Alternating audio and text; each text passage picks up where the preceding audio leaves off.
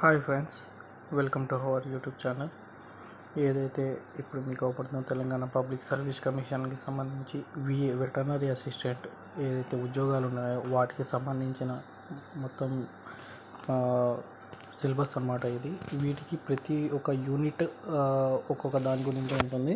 అయితే ప్రతి ఒక్క యూనిట్ గురించి మన ఛానల్లో డీప్గా కూడా ఇంకా సిలబస్ ఇవ్వడం కూడా జరుగుతుంది.